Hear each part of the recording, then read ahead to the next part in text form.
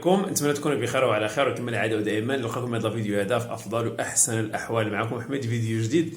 لا فيديو ديال اليوم غنهضروا فيه على لا كونفيونس ان سوا او لا سيلف كونفيدنس او لا الثقه في النفس. السبب علاش، او لا تيقول لك السبب علاش الناس والاغلبيه ديال الناس 99% من الناس فاقدين الثقه في النفس ديالهم، اضافه الى بزاف ديال العوامل. كاين واحد العامل مهم بزاف وهو breaking the promises that you give to yourself. باش كنقصدوا بهذه هي انت كتخالف الوعود اللي كتعطي لراسك. هي الوقيته اللي انت كتقول مع راسك باغي ندير واحد الحاجه وكتصدق ما دايرهاش، ولا غتقول مع راسك انا ما عمري باقي غادي ندير هذه الحاجه هذه اللي انت عارف راسك مثلا ما عندهاش ما كتعودش عليك بالنفع مثلا، ولا ما عندهاش واحد لي في بوزيتيف على الحياه ديالك، ولا كتشوف انها كتدمرك مثلا شي عاده، المهم شي عاده سلبيه ولا خايبه، تتقول ما عمري غادي نديرها وكتصدق ديرها وكتعاود ديرها ثاني وتعاود تقول مع راسك ما عمري غادي نديرها وتعاود ديرها. وانا هادشي مرارا وتكرارا تحت فيه، داكشي علاش نهضر لكم على هادشي هذا، لان كما قلت لكم النهار الاول هاد القناه هذه هي بحال كنهضر مع راسي، وشي اخطاء انا درتهم تنبغي نقول لكم ما ديروهمش، باش ما تقولوش راه ماشي بيرفكت. بالعكس هاد القناه كلها درناها باش هكا كنشاركوا مع بعضياتنا الاخطاء اللي درنا وشحال من حاجه اللي درنا حنايا ما تطيحوش فيها نتوما. اوكي، دونك نزيدو هاد القوس. اذا قلنا اللي كيخلي الانسان يفقد الثقه في نفسه وذاته هي مخالفه، ملي نقدر نقولها بالعربيه، هي ملي كيخلف الانسان الوعود. فوالا، ملي كتخلف الوعود اللي كتعطي لراسك، تقول مع راسك غدا غادي نفيق بكري، غنفيق مع 5 ولا غنفيق مع 6، كتسمع التليفون كيصوني كتسكتو كترجع تنعس. من بعد كتحس بواحد التأنيب الضمير اللي خايب بزاف، كتبدا كما تنقولوا باللغه الانجليزيه تبدا تبيتي يور سيلف اب، يعني كتجلد ذاتك. انت ما عمرك غادي دير شي حاجه وهذه تبقى تهضر مع راسك بواحد الطريقه اللي هي سلبيه. مع مرور السنوات ومع مرور الوقت كتولي فاقد الثقه في نفسك بواحد الشكل اللي هو كبير بزاف، لدرجه انه الوقيته اللي تبغي دير واحد الحاجه كتسمع واحد الصوت داخلي تيقول لك انت غير كتفلى على راسك.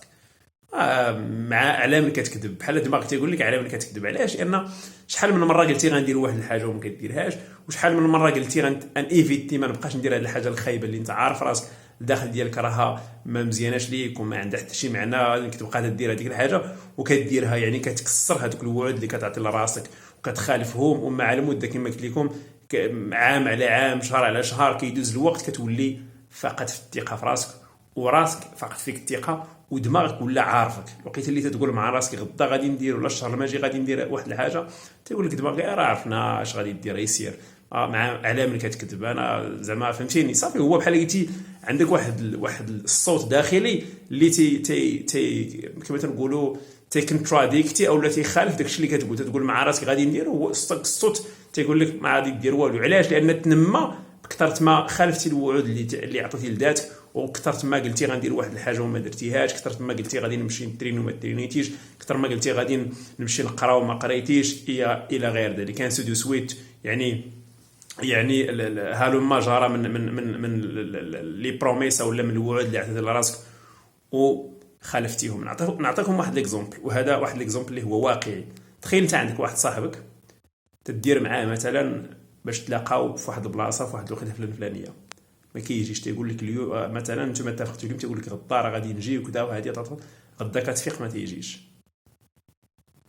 وغدا تيقول لك واه اسمح لي راه كانوا عندي شي ظروف وهذه تيقول لك غدا غادي نتلاقى معاك وغدا غادي نمشيو نديروا هذيك الحاجه اللي اتفقنا عليها، صافي كون هاني. غدا ما كيعاودش يجي ثاني، تتلاقى معاه تيعاود يعطيك شي عذر ثاني، تيقول لك لا صافي والله الا راه وقعت لي هذه وهذه تيقول لك غدا صافي كلمه راه هضرنا غدا ما كيجيش عاوتاني.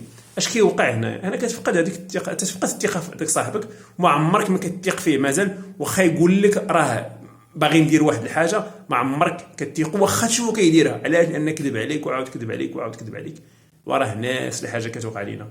كنكذبوا على رؤوسنا مره وجوج وثلاثه واربعه وخمسه وسته وسبعه وثمانيه الى غير ذلك، حتى لدرجه انه صافي تنفقدوا الثقه في ذاتنا، وهذيك الثقه وعدم الثقه في النفس كتنمى وكتولي واحد